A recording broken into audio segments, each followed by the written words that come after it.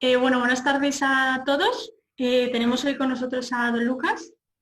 Don Lucas es profesor de la Facultad de Teología en la Universidad de Navarra, aunque es mundialmente conocido en el campus por ser el capellán del Colegio Mayor de la Videa.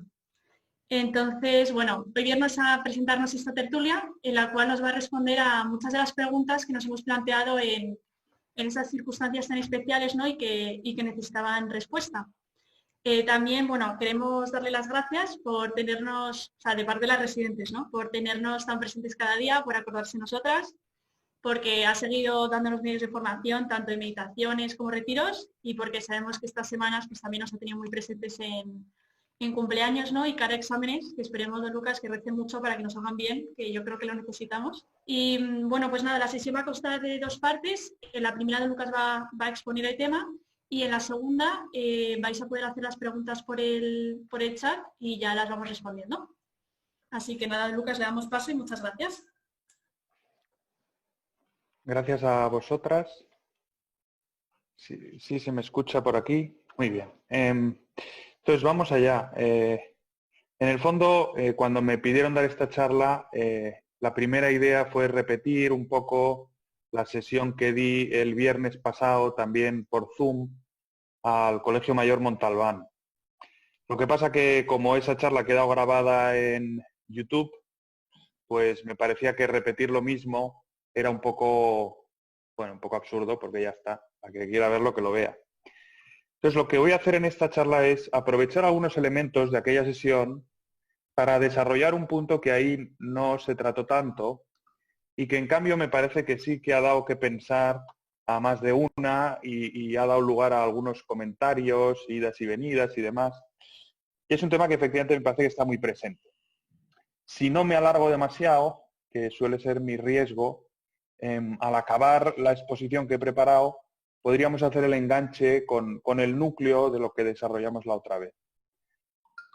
La otra vez se trataba de ver lo que el Señor nos dice en el dolor. Si Dios está callado, si Dios no está callado, si Dios está presente en un panorama de dolor, si está ausente. Hoy me voy a fijar en otro aspecto. Comenzaré, sin embargo, leyendo unas palabras que leí también la otra vez, que es parte del discurso de Benedicto XVI cuando estuvo en Auschwitz. Y allá, en un lugar de terror, en un lugar donde la maldad humana pues alcanzó una envergadura que no es fácil de igualar, decía ahí Benedicto XVI, ¿cuántas preguntas se nos imponen en este lugar? Siempre surge de nuevo la pregunta, ¿dónde estaba Dios en estos días? ¿Por qué permaneció callado? ¿Cómo pudo tolerar este exceso de destrucción, este triunfo del mal?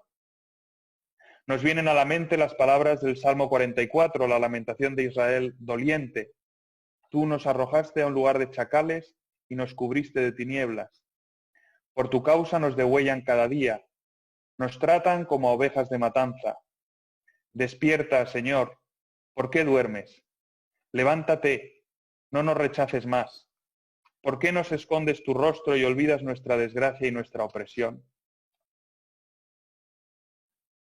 Seguía el Papa, después de esta cita del Salmo, este grito de angustia que el Israel doliente eleva a Dios en tiempos de suma angustia, es a la vez el grito de ayuda de todos los que, a lo largo de la historia, ayer, hoy y mañana, han sufrido por amor a Dios, por amor a la verdad y al bien, y hay muchos también hoy.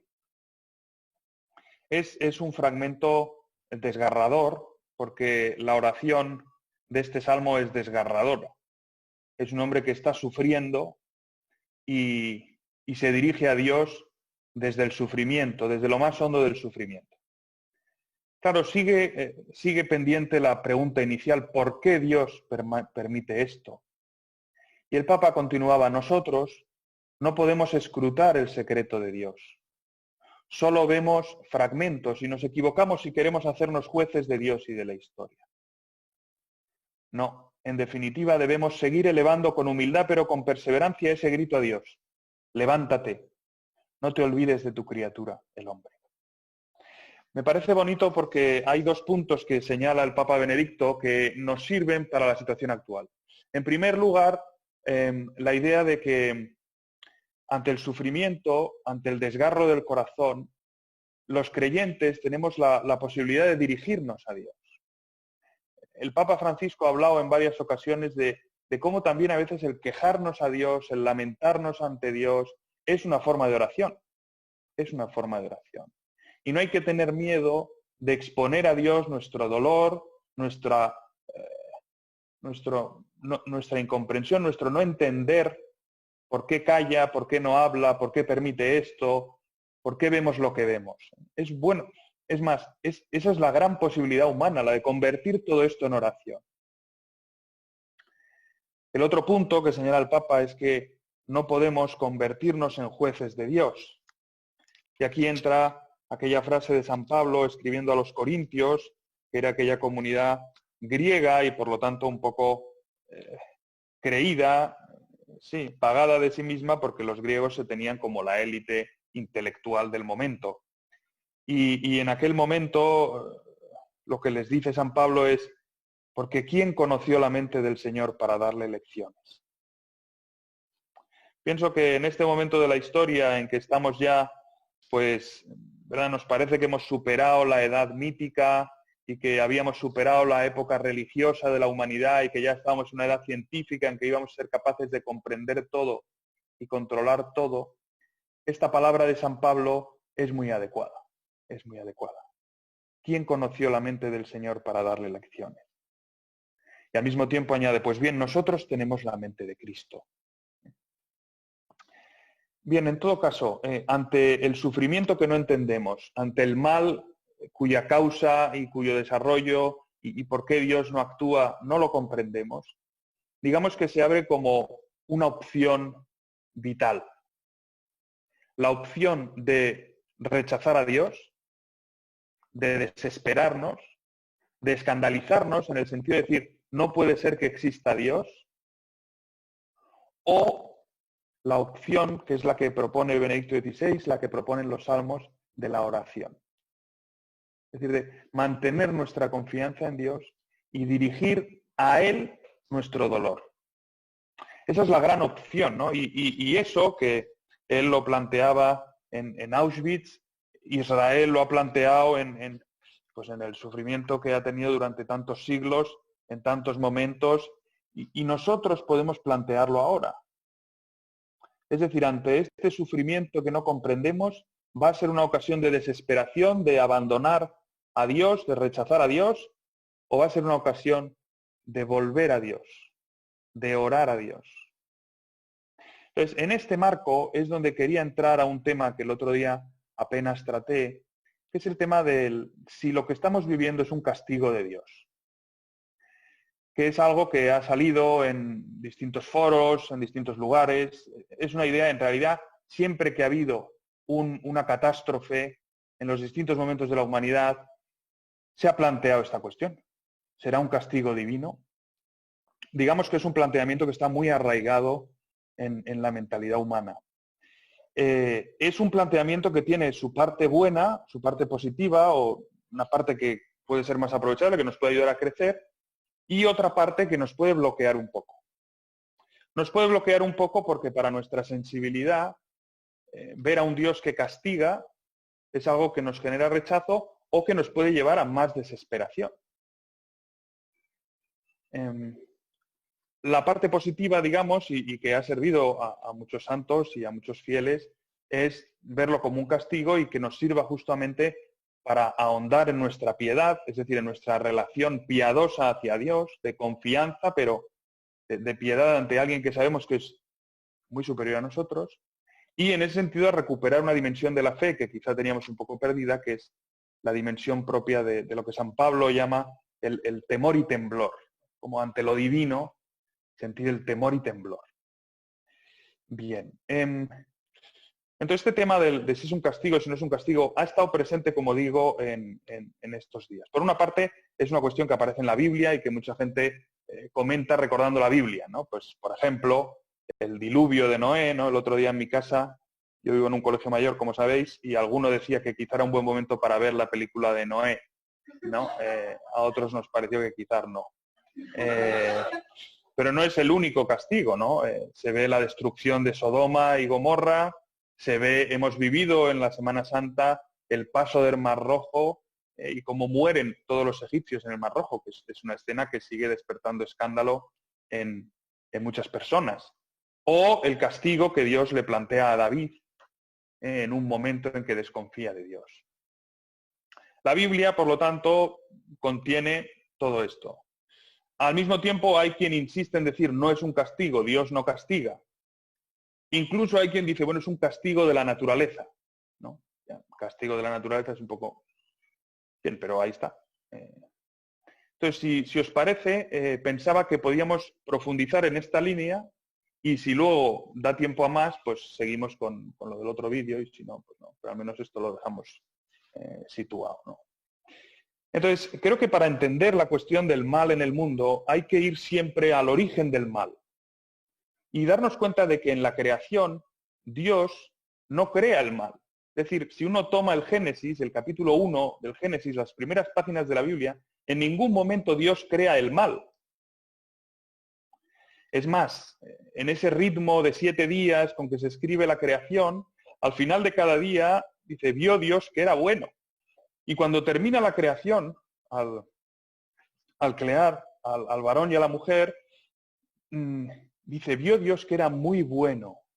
Vio Dios que era muy bueno. Dios crea un mundo unido. Y Dios crea un mundo unido, armónico, unido en comunión. Unido en que la relación de unos con otros es lo que mantiene la unión del mundo. Esto los teólogos le han dado vueltas y se han dado cuenta que en el fondo es una imagen de Dios en el mundo, porque el Dios cristiano no es el monolítico, el uno, el todopoderoso, el ser, sino que es el Padre, Hijo y Espíritu Santo en comunión eterna, en mutua dependencia, en mutua donación. Y por eso el mundo que crea es también un mundo en comunión. Y un mundo en el que además, de algún modo, entre Dios y las criaturas y la realidad creada, Dios pone a un mediador, que son Adán y Eva.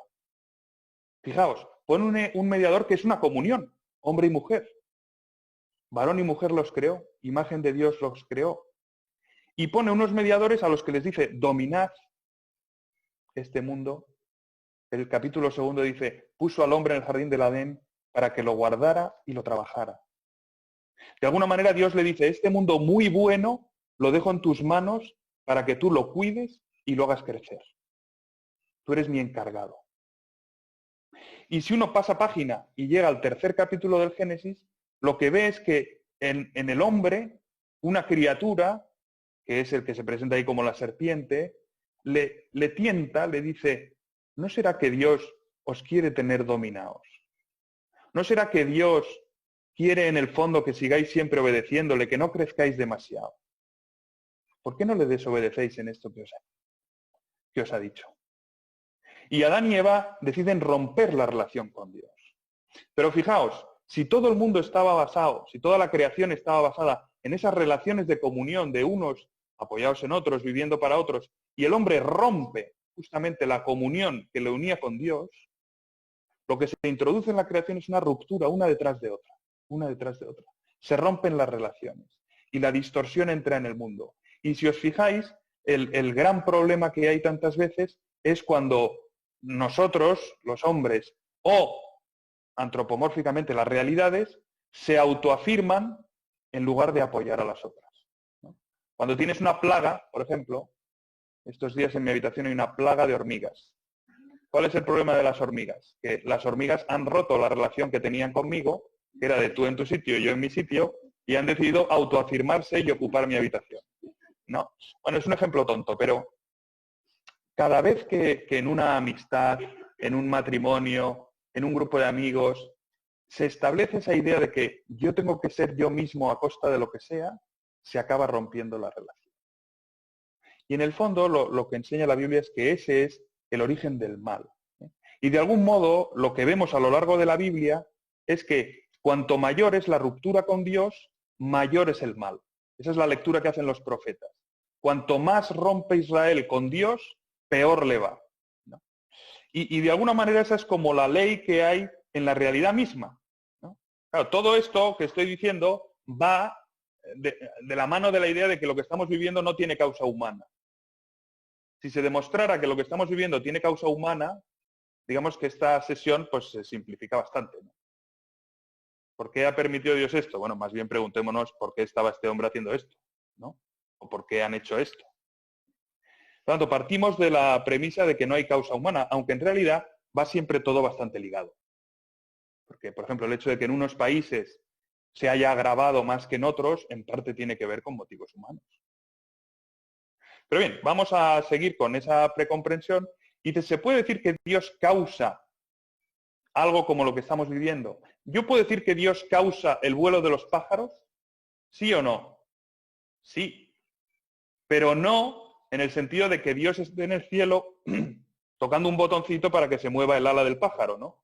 Entonces, si deja de mover el ala del pájaro, el pájaro se cae. No, el pájaro vuela, porque Dios lo ha creado capaz de volar. Luego, ¿Dios es la causa de que el pájaro vuele? Sí, pero no como siendo el que controla al pájaro. Cuando hay una catástrofe como lo que estamos viviendo, o como el tsunami que hubo unos años, ¿se puede decir que Dios es la causa? En cierta medida se puede decir que Dios es la causa, pero no porque Dios le dé al botón de tsunami o le dé al botón de COVID, sino porque Dios es el que ha creado el mundo. Y aquí a veces decimos, bueno, Dios lo ha creado así y ya está, y lo deja. Pero no es solo eso, porque Dios ha creado el mundo y lo deja, pero Dios es también soberano del mundo. Los milagros nos hacen ver que Dios es soberano, que Dios puede actuar en un determinado momento, de una determinada manera, si lo juzga oportuno. Y lo mismo cuando el mal se desata. Cuando de algún modo vemos que el mal se desata. Y el mal se desata en una medida que no estábamos acostumbrados. Dios estaba ahí, Dios lo ha permitido. Entonces aquí es muy interesante ir a la Biblia porque hay una diferencia muy grande entre el Antiguo Testamento y el Nuevo Testamento. En el Antiguo Testamento se puede decir que el mundo está en manos del maligno. Que lo que hacen Adán y Eva es romper la relación con Dios y entrar al juego del maligno, del malvado, del diablo. ¿Sabéis lo que significa la palabra diablo? Diabolos es el que disgrega. Y por eso el contrario del que disgrega es el que reúne. El contrario del diablo es el Espíritu Santo. Pues lo que hacen Adán y Eva de alguna manera es dejar el mundo en manos del diablo. Y por eso el Señor en el Evangelio le llama el príncipe de este mundo. Y algunos de los primeros cristianos decían que era el ángel de la tierra. Cada planeta tendría su ángel y la tierra tendría su ángel que se corrompió y es el diablo. Pero es nuestro ángel. Es el que controla el mundo, digamos. Sí, no sé si os gustan los libros de C.S. Lewis, que es el de las Crónicas de Narnia. C.S. Lewis, además de las Crónicas de Narnia, que son 7, escribió una trilogía que se llama la trilogía de Ransom, y el primero de los libros se llama Lejos del planeta silencioso. Y juega un poco con la idea de que cada planeta tiene un ángel y todos los ángeles de todas las galaxias cantan a Dios, pero la Tierra es el planeta silencioso. De la Tierra no se alza ninguna voz, porque el diablo no canta a Dios. Bien, ¿qué pasa en los evangelios? Hay una cosa que llama la atención en los evangelios, que es que hay como mucho endemoniado. Uno dice, Jesús llegó a este pueblo y había un endemoniado. Llegó a otro pueblo y había otro endemoniado. Llegó a otro pueblo y había otro endemoniado. Uno dice, hombre, yo me he movido por algunos pueblos y no he visto ningún endemoniado. Te quiero decir, quizá... Claro, muchos de los primeros cristianos dicen, es que antes de Cristo el demonio tenía más poder. Y Juan Pablo II, en un libro muy bonito que se llama Memoria e Identidad, que es su último libro, que es unas entrevistas con unos profesores polacos, hablando del problema del mal en el siglo XX, dice, el límite que Dios le ha puesto al mal es la redención. Como si Dios le dijera al demonio, llegas hasta aquí, de aquí no pasas. Y es toda una apuesta, porque Dios podría haber acabado de golpe. Dios podría haber dicho, bueno, se acabó, cerramos la creación, ya los justos, pues vamos a ver qué hacemos, y los que han rechazado a Dios, pues vamos a ver qué hacemos. No, pero el demonio ya se ha acabado, ya se ha acabado. En cambio, Dios no hace eso. Su victoria sobre el demonio, sobre el malvado, sobre el mal, no es solo al final de los tiempos, sino que de algún modo se adelanta. aunque todavía queda un tiempo, que es el que estamos viviendo, en que el demonio actúa. Pero ya lo han vencido. El mal ha sido vencido, pero sigue actuando. Bueno, por lo tanto, primero, en el Antiguo Testamento hay más presencia del mal. Y segundo, todo el Antiguo Testamento es un proceso de revelación. Y se suele decir que Dios se revela siguiendo una cierta pedagogía, ¿no? Pero me estáis escuchando algunas pedagogas que tenéis como ideal en la vida, pues acompañar a niñas o a niños a que crezcan, ¿no? Un camino de acompañamiento desde más pequeños hasta más mayores. Y uno sabe que hay ciertas cosas que no le puedes decir a un niño porque no lo puede entender. Me acuerdo una vez cuando estaba de capellán en un colegio de niñas, que durante la Navidad poníamos al niño Jesús en la cuna, bueno, antes de Navidad, ¿no? Durante el Adviento poníamos al niño en la cuna al lado del altar y los niños pequeños venían y le daban un beso y tal. Y después de Navidad se dejaba ahí, y entonces los niños pequeños de infantil y tal, bueno, y las niñas también, iban todos ahí, le daban un beso y se iban y tal. Y un día, cuando ya llegó el final del tiempo de Navidad y retiramos al niño, pues hubo un niño de infantil que entró al oratorio ilusionado con darle un beso al niño y que se encontró que no había niño.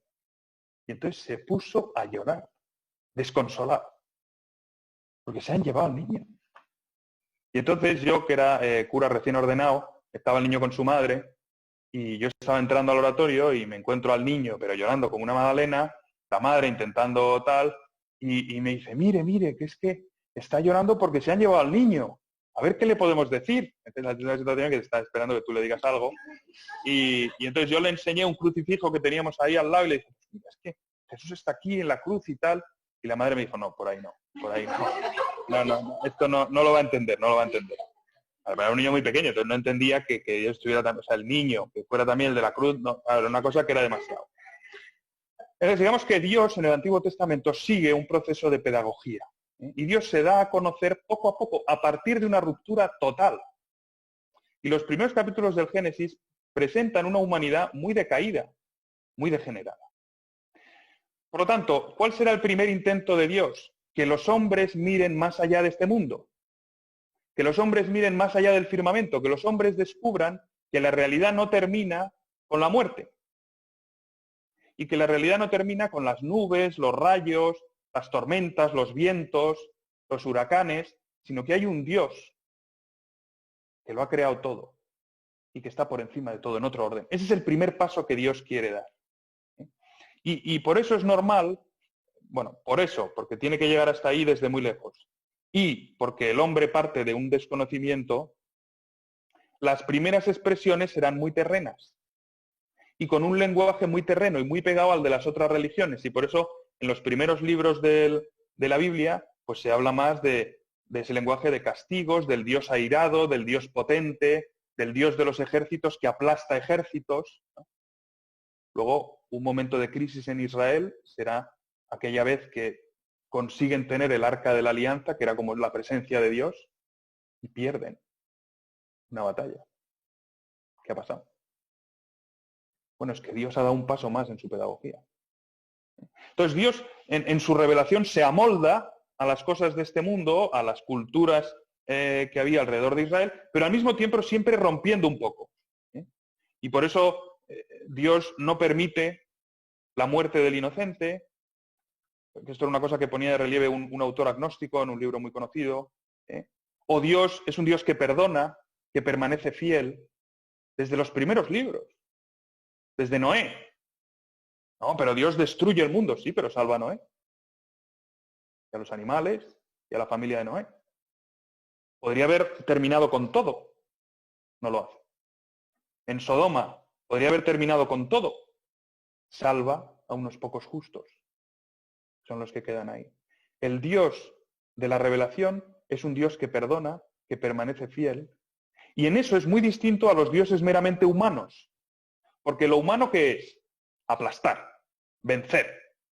¿No? Incluso hay una película que se llama Los Vengadores, The Avengers, ¿no? No hay una película que se llama The Forgivers, los que perdonan, ¿no? Nos parece que es como un héroe, como que un héroe que perdona no es un héroe, se trata de que los mates a todos. Pues Dios es un Dios que perdona. Por lo tanto, la revelación sigue, por una parte, una pedagogía, va muy poquito a poco, y por otra parte, se lleva a cabo gestis verbisque intrinsece interseconexis. O sea, con gestos y palabras intrínsecamente unidos entre sí.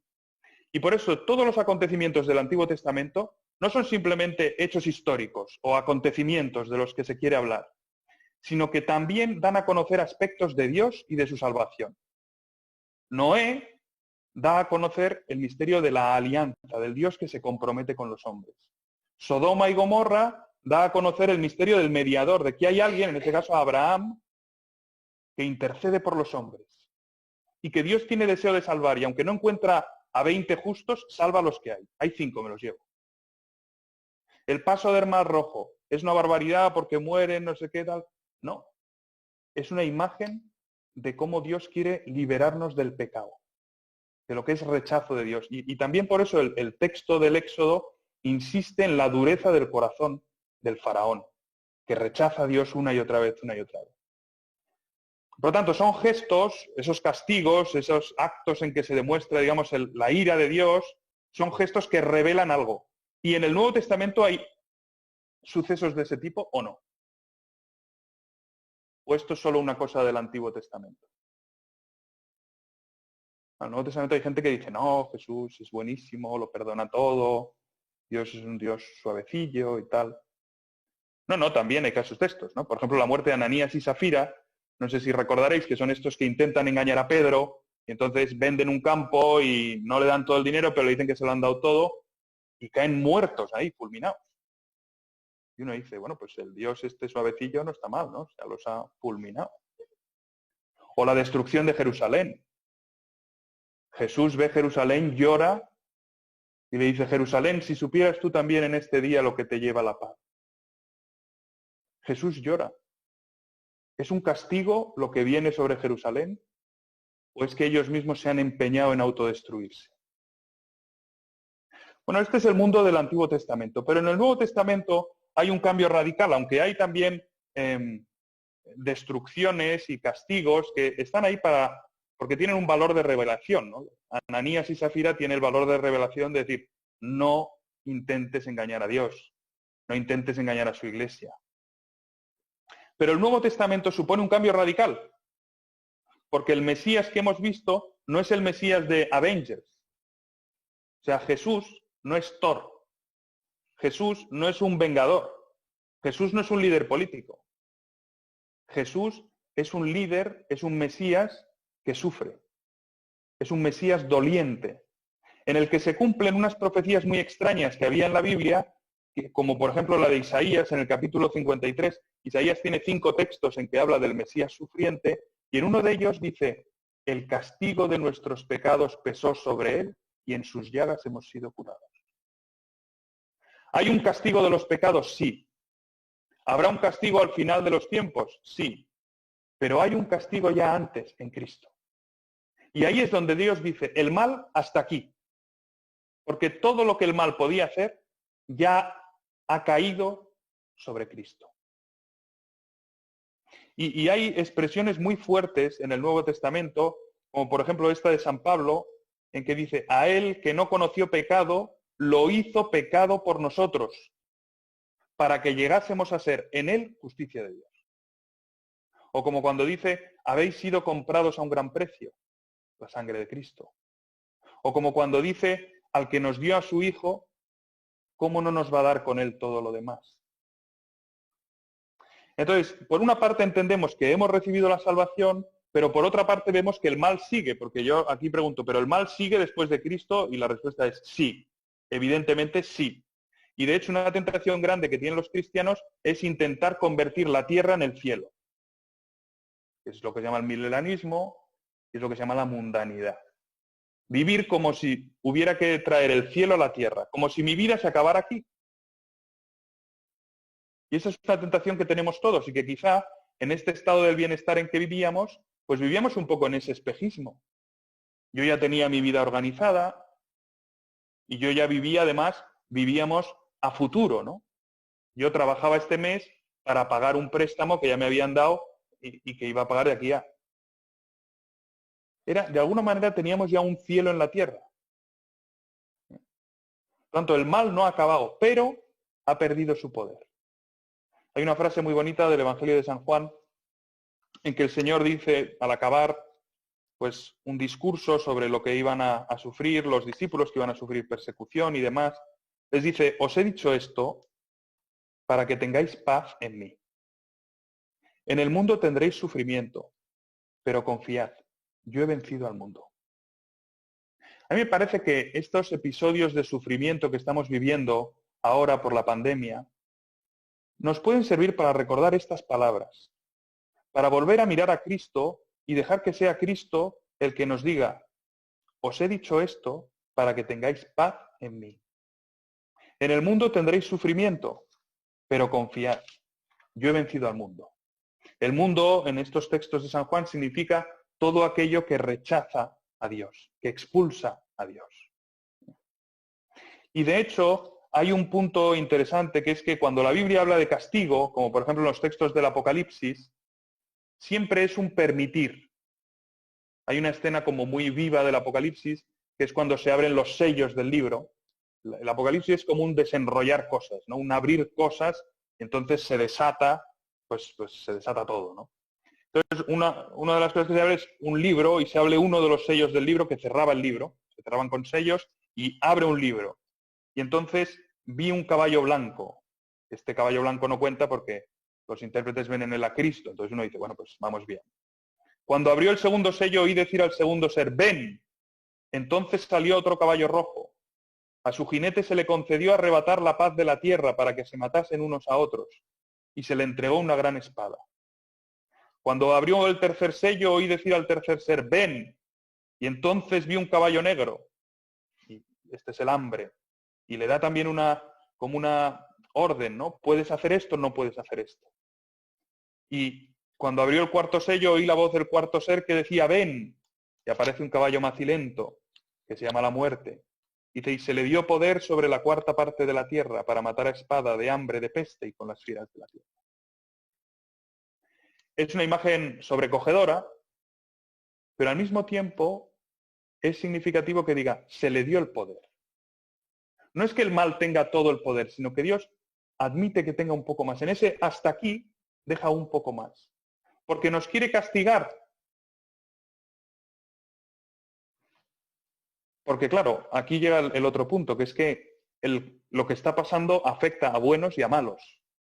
No es que sea como el ángel exterminador, que dice, tú sí, tú no. Sino que es y por igual a todos, ¿no? Y eso, claro, genera un poco de decir, bueno, entonces, ¿qué pasa, no? O sea, los buenos sufren, a los malos les va bien. ¿Qué está pasando? Este domingo, en el XL semanal, en el suplemento del periódico, hay un artículo de Juan Manuel de Prada que hace un ataque un poco furibundo contra los que dicen que Dios no castiga. Y dentro de ese artículo, que en la forma, pues, hombre, es un poco fuerte, tiene un párrafo que me pareció como muy certero y súper claro. Dice, las plagas se derraman sobre buenos y malos, igual que la lluvia. Para los buenos son pruebas que los purifican en medio de la tribulación y los ayudan a salvar su alma. Para los malos son castigos que les permiten prefigurarse el infierno y tal vez desistir de su reclamo fatal. Las plagas son castigos. El castigo parece que tiene que terminar con la destrucción del que castigas. Dios permite ciertos males, abre un poco la mano, luego veremos un poco más. Pero en un tono que es el que le da el Nuevo Testamento, que es el de la reconvención paterna. Dice también el libro del Apocalipsis, yo a los que amo los reprendo y castigo. A los que amo. Y la epístola a los Hebreos, en el capítulo dice, lo que sufrís sirve para vuestra corrección. Dios os trata como a hijos. ¿Y qué hijo hay a quien su padre no corrija? También podemos pensar, ¿quiénes son las personas que nos han corregido más fuerte? Y seguramente coincide con los que nos han querido más. Porque son los que llevan peor que nos perdamos. Claro, por eso estas palabras van muy de la mano de esa expresión de Jesús a los apóstoles, hijitos míos. o esa mirada de Jesús sobre Jerusalén que va a ser arrasada, que no va a quedar piedra sobre piedra, y Jesús llora. Dice, ¿cuántas veces intenté congregar a tus hijos como la gallina congrega sus polluelos? Fijaos, siempre es congregar, unir, tender lazos, fortificar relaciones. Siempre dejando libertad, porque si fuera un castigo indudable, si hoy se apareciera sobre el cielo de Pamplona, hombre, el otro día tuvimos una lluvia que no está nada mal, pero si se apareciera sobre el cielo de Pamplona, pues una imagen fulgurante de un ángel, como el San Miguel de Aralar, pero brillante, que lo vieran todos los pamploneses y pamplonesas, hiciera así con su espada y muriera una tercera parte de la ciudad, pues evidentemente la gente rezaría más.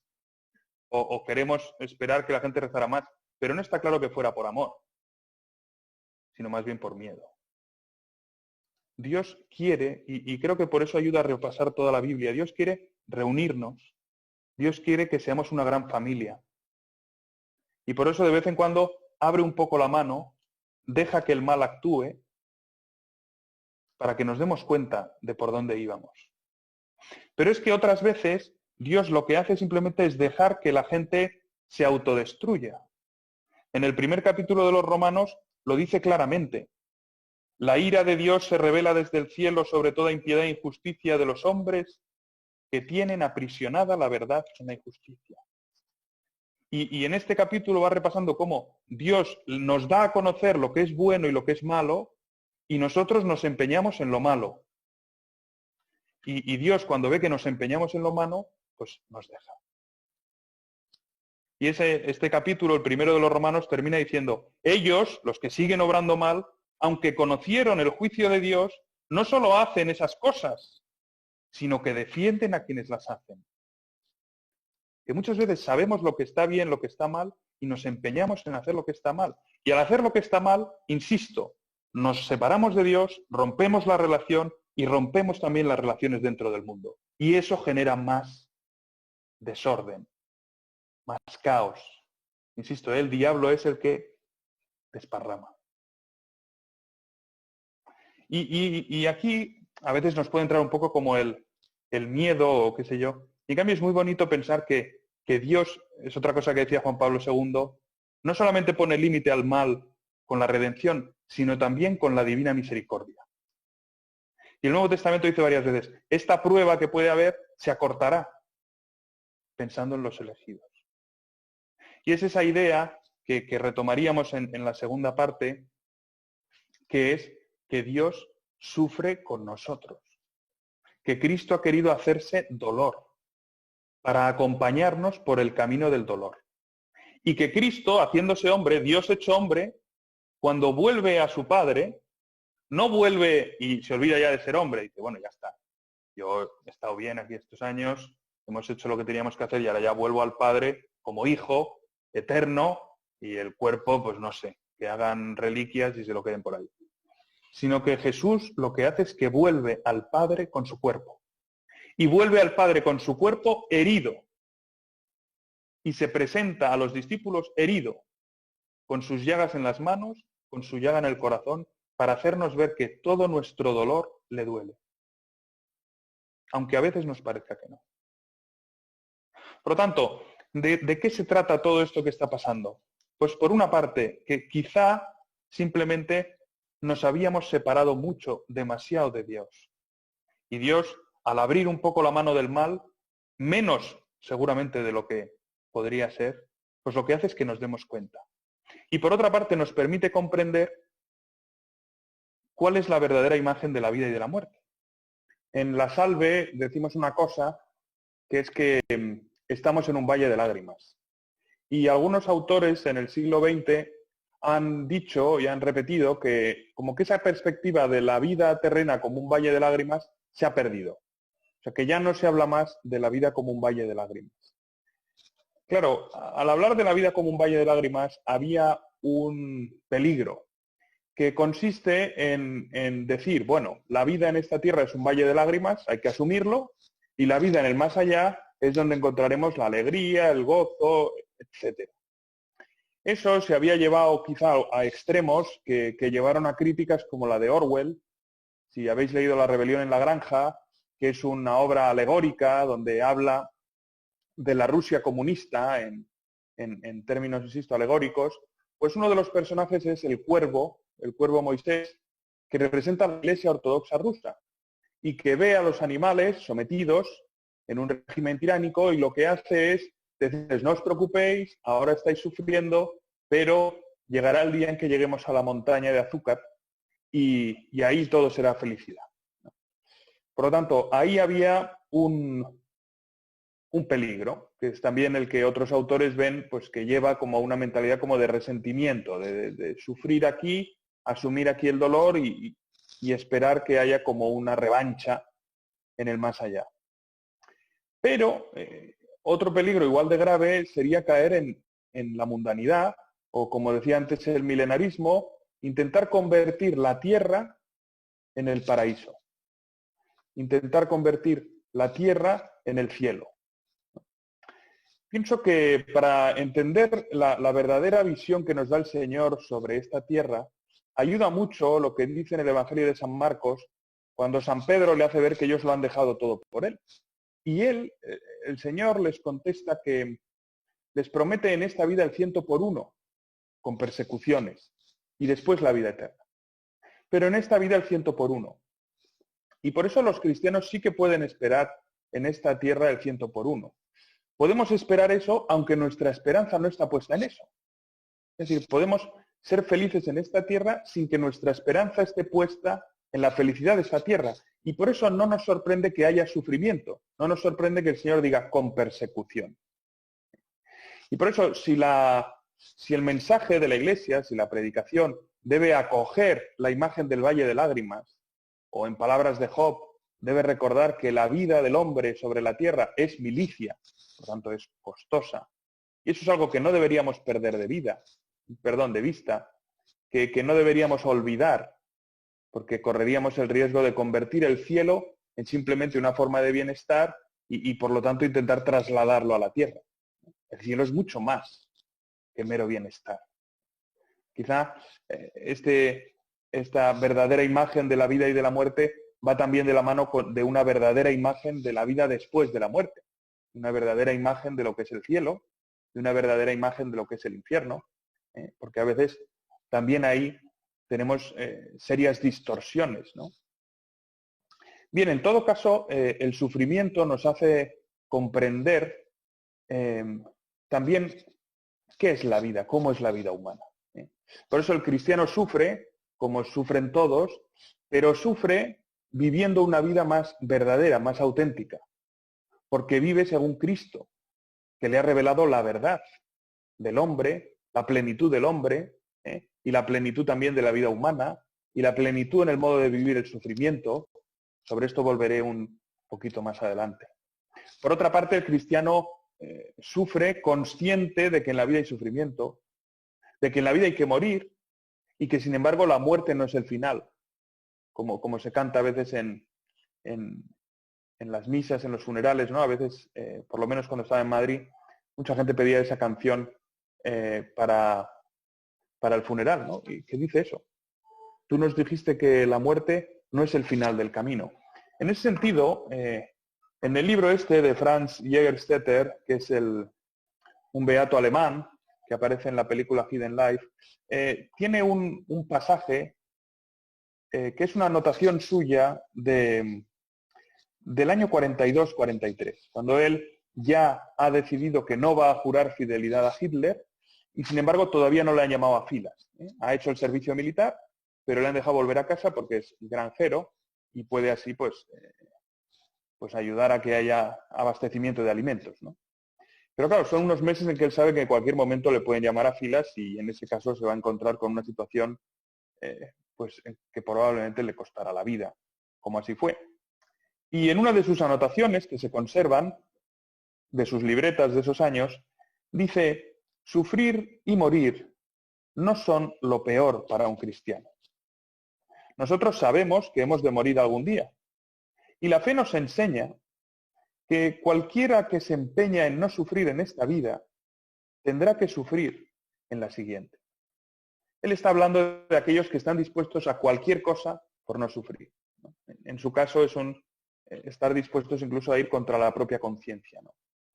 Bueno, pues nuestra fe nos enseña que la muerte no es el final del camino y que el sufrimiento no elimina la bondad de la vida, sino que forma parte de ella. Y justamente podemos vivir sufriendo porque sabemos por qué sufrimos. Sabemos que sufrimos por causa del pecado. Y no solo eso, sino que además, mirando a Cristo, como veremos dentro de un momento, sabemos que podemos sufrir redimiendo. Podemos sufrir uniendo nuestro sufrimiento al sufrimiento de Cristo. Y por lo tanto, restañando la herida abierta por el pecado, de alguna manera sanando lo que el pecado había hecho enfermar. Y por eso, igual que Cristo en la cruz, también nosotros, cuando llega el sufrimiento, podemos dirigirnos al Padre y decirle, Padre, todo sea para que este mundo vuelva a ti. Todo sea para que sanemos la herida del pecado. Padre, gracias por no dejarnos. Y entonces se cumple en el cristiano aquella palabra de San Pablo, si vivimos, vivimos con Cristo, si morimos, morimos con Cristo. Que es esa plenitud de vida a la que Jesucristo nos invita. Por lo tanto, por concluir esta parte, antes de entrar en la siguiente, que es un poco más propositiva, como digo, hoy me he centrado un poco más en la dimensión de castigo que se puede ver en circunstancias como las que vivimos. ¿Es lo que estamos viviendo un castigo? Bueno, se puede entender como un castigo o se puede entender como la realidad del mundo sin Dios. Es decir, un Dios que nos ha creado libres, que ha creado libre al hombre y que además ha dejado el mundo en manos del hombre. Y el hombre ha decidido romper con Dios. Y eso es lo que ha desencadenado toda una serie de rupturas que están en el origen del mal. Por lo tanto, es la realidad del mundo que Dios ha creado, es digamos, la consecuencia, ¿no? Pero al mismo tiempo, puesto que Dios sigue siendo soberano, pues la realidad del sufrimiento nos hace comprender más a fondo el mundo, nos hace comprender, por una parte, la gravedad del pecado, todas las consecuencias que ha tenido, donde mejor se revelan, como veremos, es el mismo Cristo que sufre.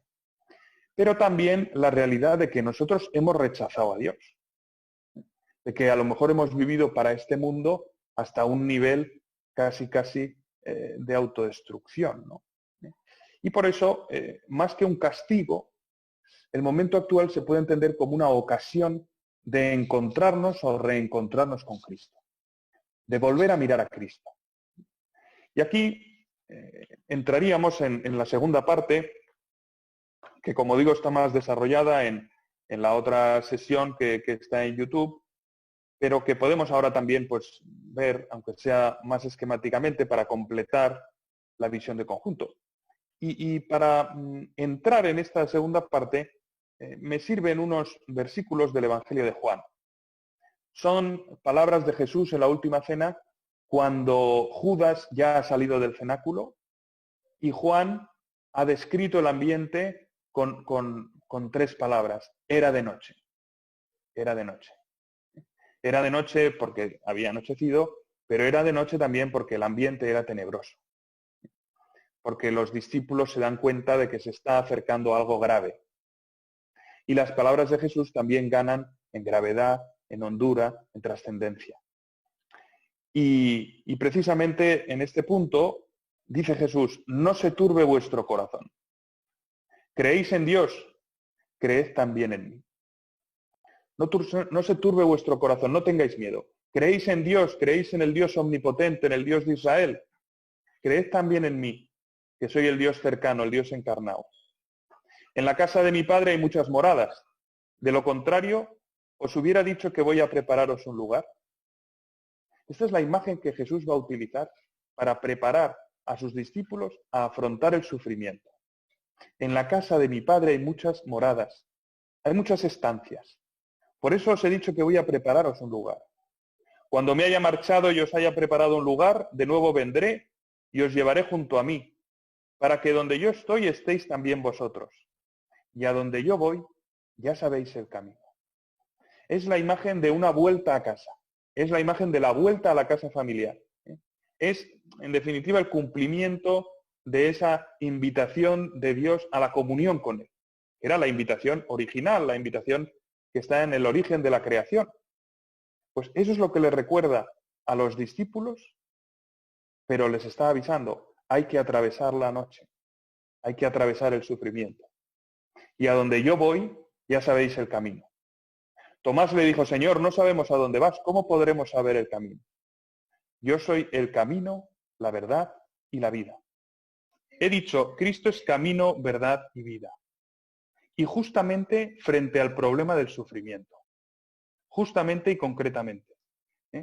¿Cómo? En primer lugar, por cómo afronta Él el sufrimiento. Él, Jesús, se hace hombre y no derrota al mal en la forma humana, insisto, como los Vengadores. Me perdonáis que use la película esta de Avengers, que no la he visto, pero he visto los carteles, que los fuertes resisten, los débiles mueren, los buenos ganan, los malos pierden, bueno, típica cosa así, un poco básica, y por eso triunfa. Y Dios, el Dios cristiano no es un Dios básico, no es un Avenger. Dios no llega y destruye a todos los malvados. Dios llega y sufre. Dios llega y se hace dolor. Se hace sufrimiento. Lo hemos leído antes en San Pablo, se hace pecado. En el sentido de que carga todo el peso, todas las consecuencias del pecado. Y por lo tanto, así nos enseña a caminar a través de la oscuridad.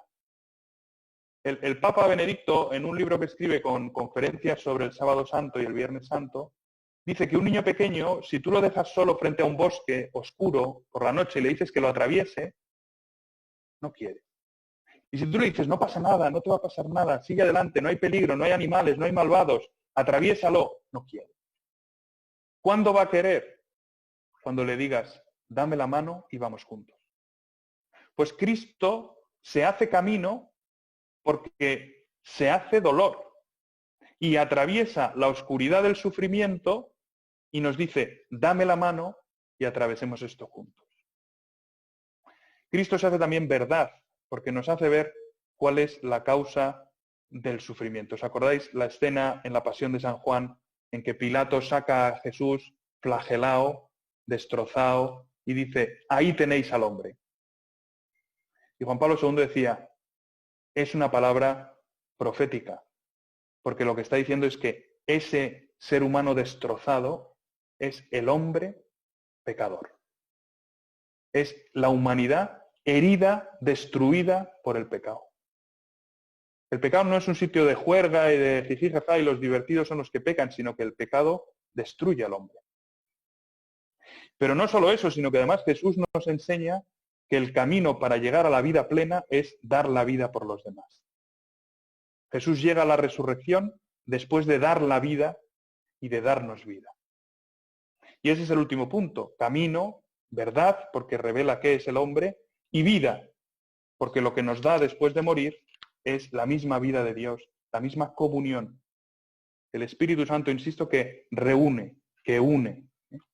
Y el Dios cristiano, y esta es una idea que quizá a veces pasa un poco desapercibida o que olvidamos, es el Dios que disfruta con nuestra vida. San Ireneo dice, Gloria Dei vivens homo. La gloria de Dios, la plenitud de Dios, la magnificencia de Dios justamente es el hombre lleno de vida. El hombre lleno de vida habla de la grandeza de Dios. Y por eso no hay nada que Dios disfrute tanto como el hombre lleno de vida. Entonces, ante este Jesucristo, camino, verdad y vida, volvemos la vista a nuestra situación actual, volvemos la vista a nuestro coronavirus, volvemos la vista a tantas noticias que a lo mejor nos habrán llegado. Quizá las personas más jóvenes, pues no tanto, pero las personas que ya tienen una cierta edad, que sus amigos tienen una cierta edad, pues, bueno, a mí hay días que cada día recibo algo. Alguien que está enfermo, alguien que está muy grave, alguien que ha fallecido. Motivos para rezar.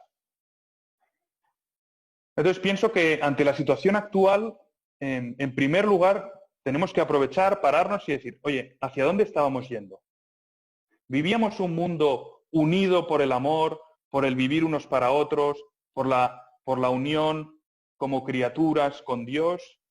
¿O vivíamos un mundo más bien movido por la codicia, por la autosuficiencia, por el egoísmo, por la lujuria, por el uso de unas personas y de otras, por el desprecio de Dios. Incluso en el panorama que estamos viendo, cuando vemos que la situación se agrava, ¿por qué? ¿Por qué no conseguimos la comunión? ¿No es verdad que hay mucho de lucha de poderes, de orgullo, de presunción, de autoafirmación? ¿Todo eso es obra de Dios? ¿Todo eso es castigo de Dios? ¿O todo eso es la realidad del hombre pecador? Eso es lo primero que hay que pensar. Porque muchas veces, sea humana o no la causa del coronavirus, sí que es humana muchas veces la causa del mal que sufrimos. Y por eso la primera respuesta ante la situación actual es la conversión. El mirar a Cristo, camino, verdad y vida. El mirar al mundo tal como lo ha querido Dios. Esa reconvención de la que hemos hablado antes, el padre que le dice a su hijo, por ahí no, que te vas a perder. Por ahí no, que te vas a hacer daño. No es el padre autoritario que te dice, niño, no toques eso, ¿no? Porque es su copa. Entonces, no puedes tocar su copa, ¿no? Aunque sea de cemento armado, pero no se toca porque es su copa. A veces tenemos esa imagen de Dios.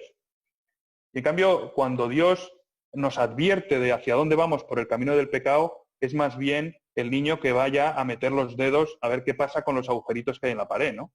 Porque es muy chulo porque se enciende la luz. A lo mejor si meto los dedos, me enciendo. ¿Eh? ¿Y su padre qué hace? Esa es la imagen, me parece, de la reconvención paterna. Bien, pues, ¿cómo es Cristo camino, verdad y vida en este momento nuestro? Pues es camino porque nos acompaña, ¿no? Hemos vivido aquí en Pamplona la Semana Santa en unas circunstancias distintas y quizá también experimentando un poco más la soledad de Cristo, el abandono de Cristo, el sufrimiento de Cristo. Quizá hemos vivido un poco más de la mano de Cristo.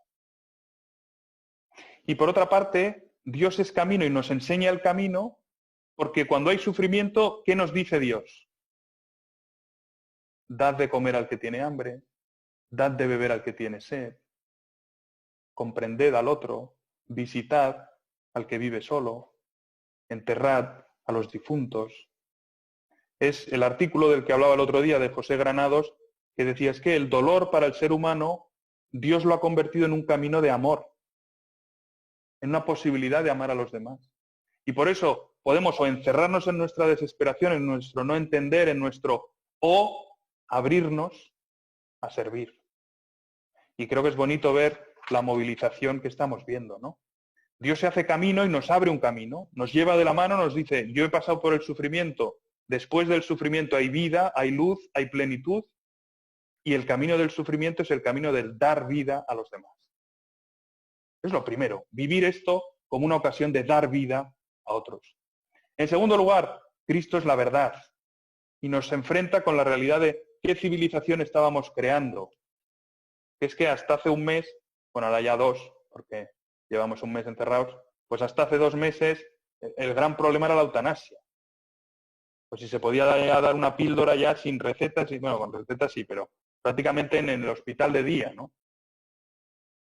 La eutanasia, el aborto, hoy ha salido un obispo en Italia, ¿no? Diciendo que eso sí que es una pandemia. 6 millones de criaturas al año que mueren. Si estamos construyendo una vida, también nosotros, porque no es solo una crítica a la civilización, sino a cada uno. A lo mejor teníamos un proyecto de vida muy centrado en nosotros mismos, mis planes, mis proyectos, mi realización profesional. Estábamos en una civilización que ya no creía en el contenido de nada. La creación, bueno, pues es material para materia prima, para trabajar, para conseguir beneficios. El cuerpo humano, pues es nada, es, en fin, podemos hacer con él lo que queramos, porque no tiene ningún sentido en sí mismo. Las relaciones humanas no son nada, es lo que tú quieras que sea, es lo que a ti te satisfaga. Y como eso, muchas otras cosas, ¿no? La importancia a lo mejor que dábamos al trabajo, o cómo teníamos descuidado quizá muchas familias en estos días están viviendo pues la vida con los niños, ¿no? Hay mucha gente que dice que los que mejor lo llevan son los niños. Lógicamente. O sea, no hay nada que le guste más a un niño que estar con sus padres. No están nunca. Y ahora están siempre, están felices. No se puede salir. Bueno, mientras no te vayas tú, me da igual, ¿no? Por lo tanto, nos hace ver esa verdad y, como decía hace un momento, nos hace ver también cuánta belleza hay en el mundo, ¿no? Traía aquí un artículo en que un médico que está enfermo en Zaragoza dice cómo el vivir la enfermedad, el COVID, le ha ayudado para redescubrir eso de que la belleza salvará al mundo. Dice, la belleza de consolar a los enfermos y acompañar y animar y volver a consolar a las familias. La belleza de tener un espíritu agradecido con toda la gente que se está dejando la vida en esta pandemia. La belleza de querer recuperar los abrazos, no dados cuando entonces era el momento de hacerlo. La belleza, sí, también la belleza de comprender a nuestros dirigentes, incluso animarlos, pues nunca se habían visto en otra igual. La belleza de dar razón, el que pueda, de cuál es nuestra esperanza. Es bonito cómo estas circunstancias nos ayudan a descubrir la belleza.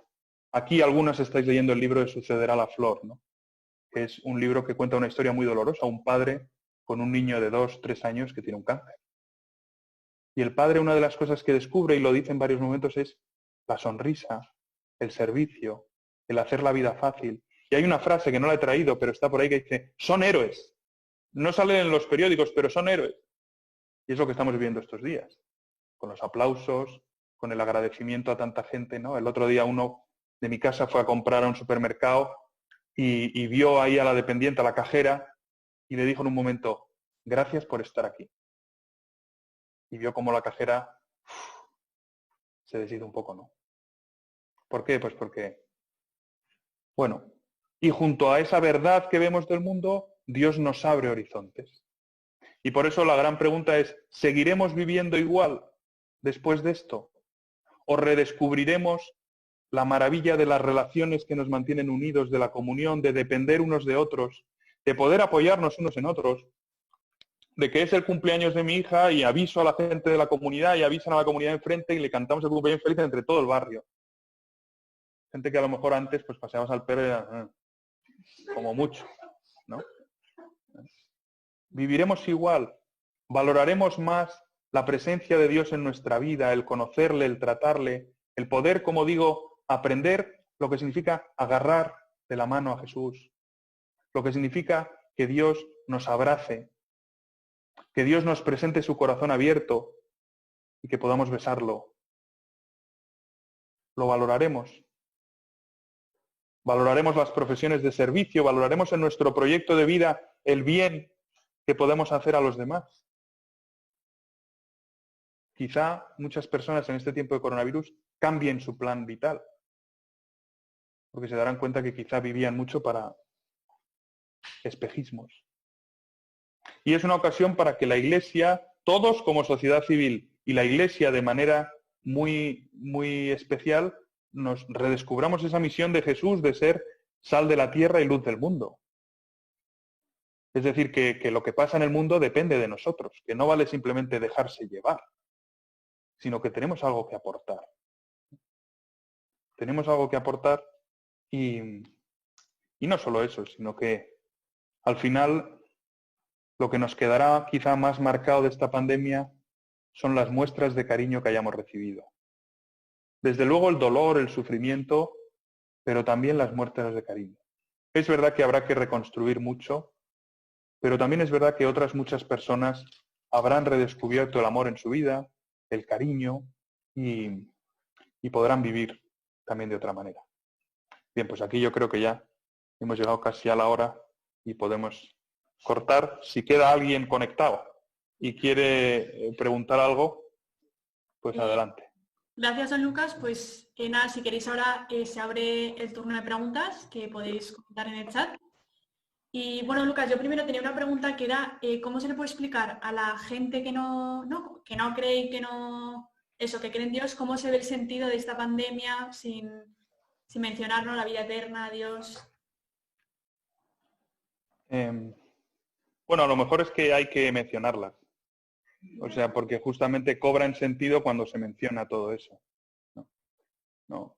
Hay cosas que no se entienden. O sea, lo que entiende el ser humano que vive solo, digamos, en este mundo, encerrado en este mundo, digamos, pongámonos, ¿no?, en la imagen de un mundo como el show de Truman, ¿no?, que es un mundo cerrado, y uno puede vivir como dentro del show de Truman, ¿no? Y si uno vive dentro del show de Truman, hay cosas que no tienen ningún sentido. Entonces, incluso el problema del mal, no lo he leído, pero hay otro texto del Papa Francisco que empieza a lanzar preguntas sobre el problema del mal. ¿Dónde está Dios? ¿Dónde está Dios? Y dice, hay preguntas que no tienen respuesta.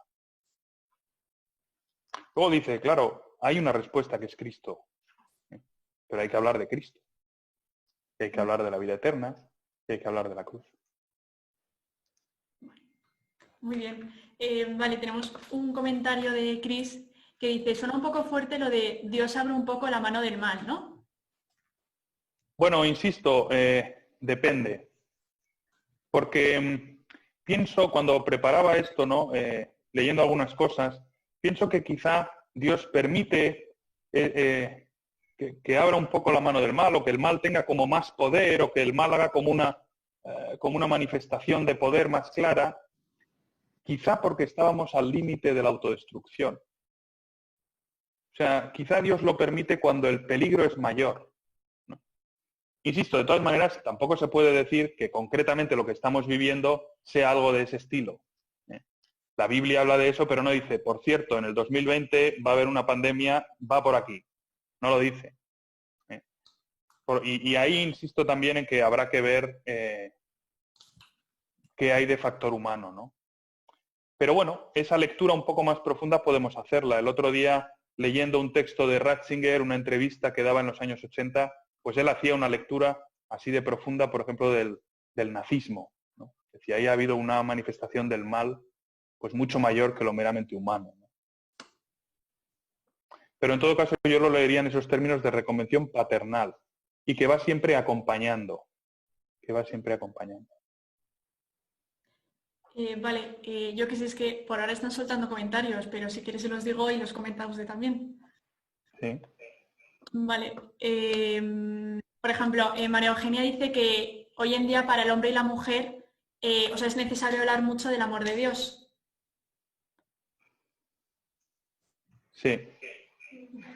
Sí, es así. O sea, tanto por un lado como por el otro, pero el amor de Dios no cancela el sufrimiento, no niega la realidad del sufrimiento.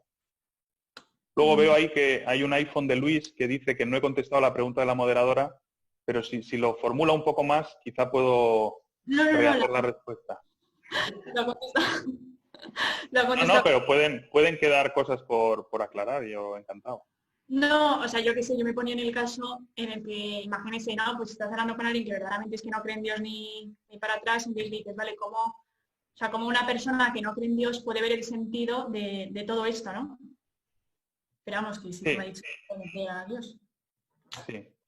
Sin Dios no se entiende. O sea, sí que hay atisbos y sí que ha habido pensadores que no creen en Dios y que se dan cuenta que hay algo así como un desajuste de fondo, que hay lo que nosotros llamamos el pecado original, ¿no? O digamos el resultado del pecado original. Eso se puede comprender y a partir de ahí uno puede más o menos pues buscar una explicación.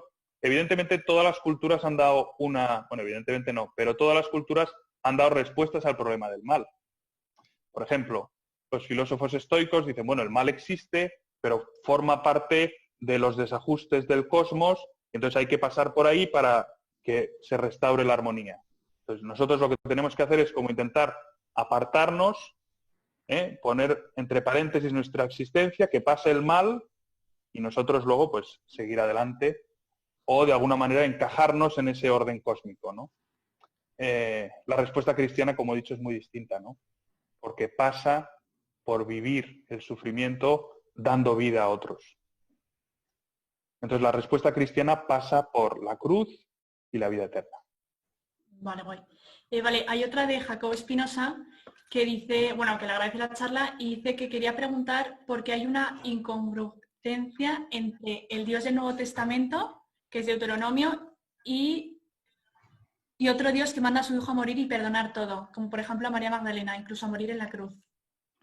Sí, ahí pone, ¿no? La diferencia entre el Dios que manda a apedrear a la adúltera y el Dios, en cambio, que manda a morir a su hijo. Bien, pienso que eso tiene que ver con la pedagogía de la revelación. Es decir, que Dios, para revelar el misterio de su designio, o sea, que su voluntad es invitarnos a la comunión con Él, que su voluntad es invitarnos a ser su familia, empezaba desde muy lejos.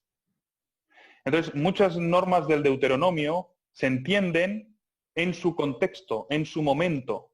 Muchas de esas normas, como la de la adúltera, tienen que ver con asegurar la unión del pueblo, con asegurar que el pueblo no se divida, no se disperse, no se pierda. Y por otra parte lo hace con un lenguaje y con un tono que era el del momento. Pero por eso mismo Jesucristo después abre el camino del perdón, ¿no? Abre el camino del perdón. No niega el mal, porque el Cristo que perdona a la adúltera, como leemos en el Evangelio de San Juan, es el mismo Cristo que luego sufre el mal, él. Pero primero introduce el mensaje del perdón, por otra parte porque encuentra a una persona dispuesta. Creo que muchas de las cosas se entienden cuando se considera que Cristo también se llena de ira, es decir, su corazón se llena de un sentimiento de rechazo de lo malo cuando encuentra personas endurecidas en la maldad, endurecidas en el orgullo, endurecidas en la soberbia, endurecidas en la codicia. Eso es lo que a Dios le genera como rechazo. No lo he dicho antes este tema, pero cuando hablamos de la ira de Dios, la ira se entiende de varias maneras. La ira es un pecado capital y por lo tanto es algo que nos mueve a hacer actos malos, es una fuente de actos malos, pero la ira también es un sentimiento. Es decir, es una manera en que reaccionamos ante la realidad. Y la tristeza es un sentimiento, es una pasión, dicen los medievales, una pasión. Nosotros diríamos es un sentimiento o es una emoción que tiene que ver con el encuentro de lo malo. Y en ese sentido no es pecado. El hecho de que te enfade ver cosas malas no solo no es pecado, sino que es bueno. Para que luego hay que ordenar esa ira, ¿no? Pero es un signo de que te gozas con lo bueno y rechazas lo malo, y en ese sentido es bueno, ¿no?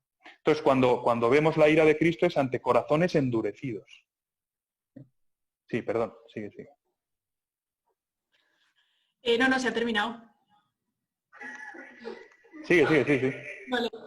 Luego, Julia pregunta es ¿cómo podríamos identificar mejor ese dolor de Dios con el nuestro? ¿Cómo podríamos Identificar mejor el dolor de Dios que sufre con nuestro dolor? Pues precisamente uniéndonos a Él. Es decir, ahí hay un camino, ¿verdad?, que muchos santos han recorrido, que es el unirnos a Cristo y concretamente unirnos a Cristo en la pasión, ¿no? Santa Teresa de Jesús, por ejemplo, dice que durante mucho tiempo su oración empezaba mirando una imagen de Jesús sufriente. Entonces, eso es lo que le movía a descubrir ahí, pues eso, hasta dónde ha llegado el amor de Dios, que ha sido capaz de sufrir el mal por obra de otros y para dar vida a otros. Y en esa línea hay muchísimos más santos que han hablado de ir con nuestra oración junto a la pasión, junto a la cruz, contemplar a Cristo. Y no solo eso, sino hay un paso más, que es el que dice San Pablo, que dice, completo en mi cuerpo lo que falta a la pasión de Cristo.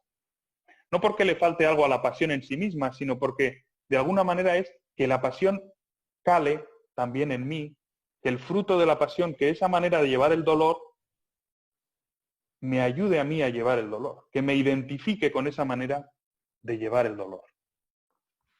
Vale. Hay otra de Beatriz que dice, ¿hasta qué punto hay esperanza en que los hombres cambien para bien? Se ha pasado la humanidad por tantas guerras y sin embargo el hombre no mejora. Sí, ahí, de nuevo en las cartas estas, por responder con materiales que ya he citado, en las cartas de Jägerstätter, hay un momento que se pregunta eso mismo, ¿no? Dice, ¿se puede decir que Dios exista cuando pasa esto, cuando no somos todos buenos, digamos, ¿no? Y él recuerda un pasaje del Evangelio que es el del trigo y la cizaña. O sea, el Señor ha dicho que hasta el final de los tiempos va a haber trigo y va a haber cizaña. Y el mismo Juan Manuel de Prada, en otro texto de estos días, hablaba, ¿no?, de cómo el mismo Apocalipsis muestra como grandes catástrofes y los hombres que todavía se enrocaban más en su maldad, en su rechazo de Dios, ¿no? En el fondo los cristianos decimos que es el misterio de la iniquidad o el misterio de una libertad que rechaza el amor. O sea, ¿cómo es posible que alguien me ofrezca su amor, me muestre su amor con gestos concretos y yo lo rechace? No se entiende, pero es la realidad. Muy bien, pues yo creo que con esto damos por finalizado el turno de preguntas. Y nada, Lucas, ¿algo más que añadir? No, ¿no? No. Yo creo que ha sido bastante sostenido. Sí. O sea que... Y nada, entonces recordamos que la charla ha sido grabada, entonces se pasará el link para quien vuelva a tener preguntas o pues eso, puede contactar con usted. Y nada, que gracias, don Lucas, por dar la tertulia, gracias a los que habéis participado y espero que nos podamos ver en otra tertulia, ¿no? En tiempos de confinamiento. Muchas gracias. Muy bien, pues gracias, don Lucas.